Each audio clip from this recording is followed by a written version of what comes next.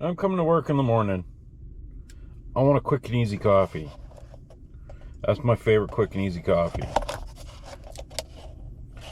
Just a McDonald's. Large regular. Give me the caffeine. Now when I'm driving to work, that's... Oh man. I'm trying to record here. Look at that. It's all over the place. What the fuck? It's the worst.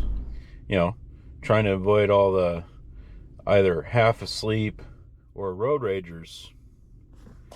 This thing, come on, man. It's so easy to get a lap full of coffee from this shit. Let's fix that. So, getting constantly frustrated with the coffee that goes flying everywhere during my commute. As you can see, there's a few coffee stains there. I did clean out this area just now. Looks nice and good. But doing my Amazon perusing, I found this guy. Fucking awesome. He's got inserts to keep regular sized, you know, fast food, Starbucks, McDonald's, Tim Hortons, anything really, nice and stable. No more tilting around and flying everywhere and shooting coffee on your lap. Keeps it nice and stable.